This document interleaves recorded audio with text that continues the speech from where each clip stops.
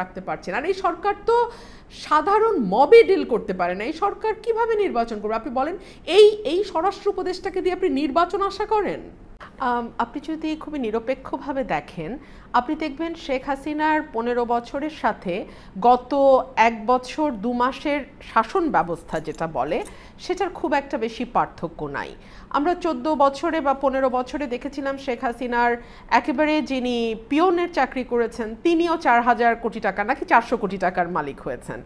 আবার এই সরকারের বিভিন্ন উপদেষ্টাদের, মন্ত্রীদের, যারা মন্ত্রী পদমর্যাদায় আছেন, তাদের এপিএসদের দুর্নীতির কথা যখন আমরা শুনি, তাদের বিভিন্ন তথ্য যখন গণমাধ্যমে আসে এবং তাদের ব্যাপারে যখন কোনো ব্যবস্থা নেওয়া হয় না, তখন শেখ হাসিনার আমলের কথাই মনে হয়। কারণ সেই পিয়নকে উনি গণভবন থেকে বের করে দেওয়া ছাড়া আর কোনো লিগ্যাল স্টেপ উনি নেন নাই। এই সরকারেরও কারো বিরুদ্ধে যত অভিযোগে আসুক না কেন, কোনো রকম কোনো আইনি ব্যবস্থা নেওয়ার দৃষ্টান্ত আমরা দেখি নাই। প্রত্যেক মানে উপদেষ্টা হিসেবে যারা অ্যাপয়েন্টেড হয়েছেন তাদের প্রত্যেকের সম্পদের হিসাব দেওয়ার কথা ডক্টর মোহাম্মদ ইউনূস শুরুতেই বলেছিলেন। আমাদের চোখে কিন্তু এখনো কোনো উপদেষ্টাদের তথ্য আমার চোখে অন্তত পড়ে নাই। 1-2জন হয়তো বা দিয়েছেন, বাট সেটা পুরো ক্যাবিনেটকে রিপ্রেজেন্ট করে না। না, একেবারে র্যাম্পেন্ট। আমরা তো কারো ব্যাপারে কোনো ব্যবস্থা নিতে দেখছি না। অনেকে বলছেন যে, আমি যদি একটা এক্সাম্পল ধরি, আমাদের একজন ছাত্র উপদেষ্টা আছেন এই উপদেষ্টা পরিষদে, আসিফ মাহমুদ সজীব ভুঁইয়া। ওনার ব্যাপারে একটির পর একটি অভিযোগ এসছে। এখন আপনি বলতে পারেন যে বিএনপির সঙ্গে তার এক ধরনের মনোমালিন্য আছে, সে কারণে হয়তো এই ধরনের অভিযোগগুলো আসছে। কিন্তু সেই অভিযোগগুলো তো তদন্ত হওয়া দরকার ছিল, তাই না? অভিযোগগুলোকে খারিজ করতে হলেও তো একটা তদন্তের প্রয়োজন। সেরকম ন্যূনতম কোনো তদন্তও কিন্তু আমরা হতে দেখি নাই।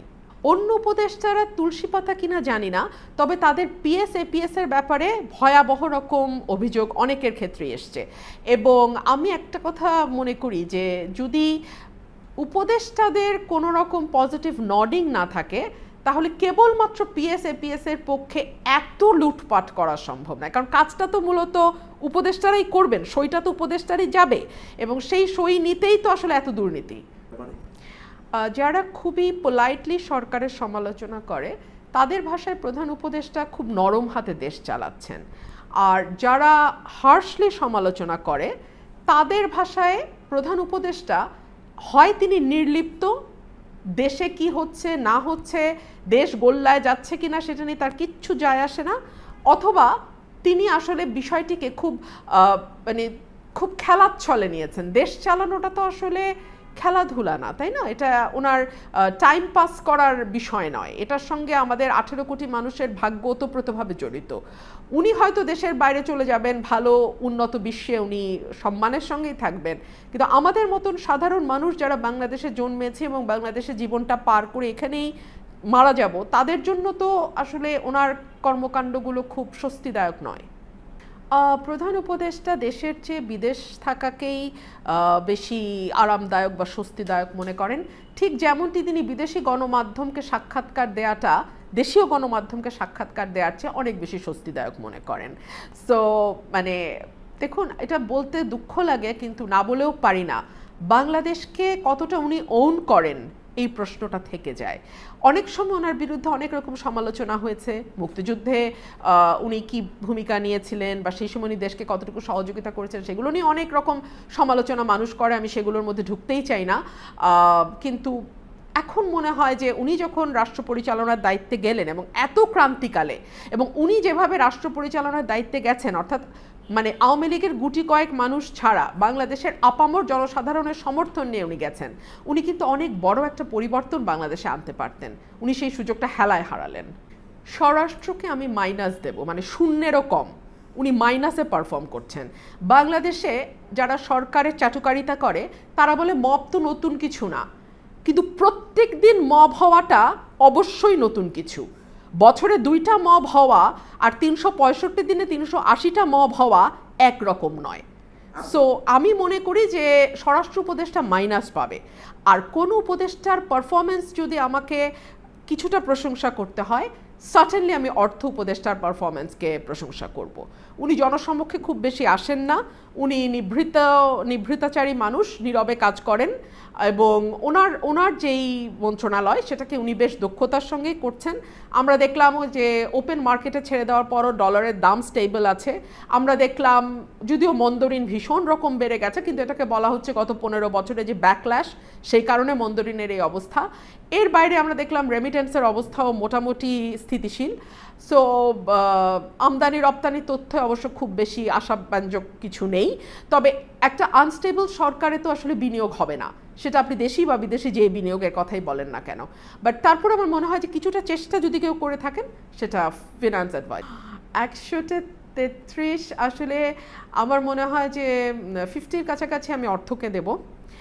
বাকি অন্যান্য মন্ত্রণালয়গুলোর খুব বেশি কাজ আসলে রিমার্কেবল কি হয়েছে এটা তো তারা প্রকাশও করে না। ঠিক যেমন আমাদের প্রধান উপদেষ্টা বিদেশ থেকে ফিরে এসে ওনার অর্জন কি সেটা জাতিকে জানায় না, ঠিক একইভাবে মন্ত্রণালয়গুলো কারা কোন জায়গায় কি কাজ করছে আমরা কিন্তু এর কোনো পুরোপুরি যে চিত্রটা সেটা আমরা পাই না। ও আরেকটা কথা আমার একটু যোগ করতে হয়, আইন উপদেষ্টার ব্যাপারে তিনি তো অনেক লম্বা চওড়া কথা বলতেন এবং তিনি লম্বা চওড়া কথার জন্যই সবসময় বিখ্যাত ছিলেন। তো আইন উপদেষ্টার সময়ে যতগুলো মামলা আমি আমার প্র্যাকটিসের সুবাদে দেখেছি, সেটাকে হাসিনার আমলের মামলার থেকে আপনি আলাদা করতে পারবেন না। একই এফআইআর, ফটোকপি এফআইআর, হাজার হাজার আসামি, অজ্ঞাতনামা আসামি, আপনার সঙ্গে আরেকজনের ব্যবসায়িক দ্বন্দ্ব, আপনি গিয়ে বৈষম্য বিরোধী মামলায় তাকে ঢুকিয়ে দিলেন, বৈষম্য বিরোধীর মামলা শুনলে হাইকোর্ট পর্যন্ত জামিন দিতে হেজিটেন্ট ফিল করে। সো এগুলো সমস্ত কিছু আমাকে ওই আগের রেজিমের কথা মনে করিয়ে দেয়। মানুষের ন্যূনতম যেই চিন্তার স্বাধীনতা, সেখানেও আমি হস্তক্ষেপ দেখছি। কেন বলছি? গত 14 মাসে যতগুলো মাজারের উপর হামলা হয়েছে, এতগুলো মাজারের উপর বাংলাদেশের জন্মের পরে এরকম হামলা আমরা দেখি নাই। আমরা আহমেদিয়া সম্প্রদায়ের উপর হামলা দেখেছি। আমরা দেখেছি কি করে লম্বা চুল রাখবার বা দাড়ি রাখবার দায়ে মানুষকে কেটে দিয়ে পেটানো হয়েছে। আমরা দেখেছি লাশ কবর থেকে তুলে নিয়ে পোড়িয়ে ফেলা হয়েছে। সো আপনি এইরকম একটা দেশে কোন বাক স্বাধীনতার কথা বলছেন? চ্যানেলগুলো ভয়ে থাকে যে আজকে একটা সংবাদ প্রকাশ করব, কালকে মব নিয়ে চ্যানেলের নিচে চলে যাবে, চ্যানেল বন্ধ করার হুমকি দিবে, ভাঙচুর করবে, কোটি কোটি টাকার ইনভেস্টমেন্ট নষ্ট করবে। সার্টেনলি এরকম বিভাজিত বাংলাদেশকে আমরা আগে দেখেছি? আপনি বলেন।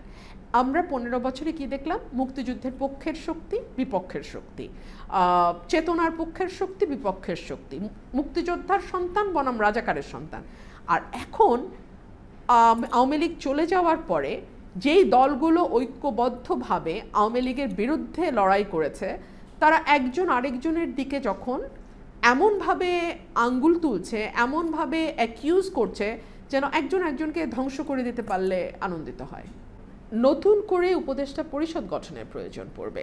কেন পড়বে তার কারণ আমি বলি। এখনও এই উপদেষ্টা পরিষদে এখন অলমোস্ট অক্টোবরের শেষ প্রায় 2জন ছাত্র উপদেষ্টা আছেন, সেই 2জনই নির্বাচন করবেন।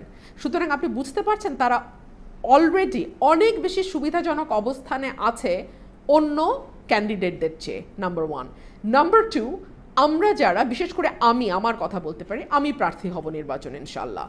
এবং আমি যেভাবে এই সরকারের সমালোচনা করেছি, ভুল ত্রুটি নিয়ে আলাপ করেছি, আমি তো মনে করি যে এই সরকার আমাকে যেখানে আমার প্রয়োজন পড়বে, যদি আমার কনস্টিটিউয়েন্সিতে কোনো ঝামেলা হয়, এই সরকার আমাকে আমার স্মুথলি আমি ইলেকশন রান করতে পারি, সেই ভরসা আমি সরকারের উপর রাখতে পারছি না। আর এই সরকার তো সাধারণ মবে ডিল করতে পারে না। এই সরকার কিভাবে নির্বাচন করবে? আপনি বলেন, এই স্বরাষ্ট্র উপদেষ্টাকে দিয়ে আপনি নির্বাচন আশা করেন?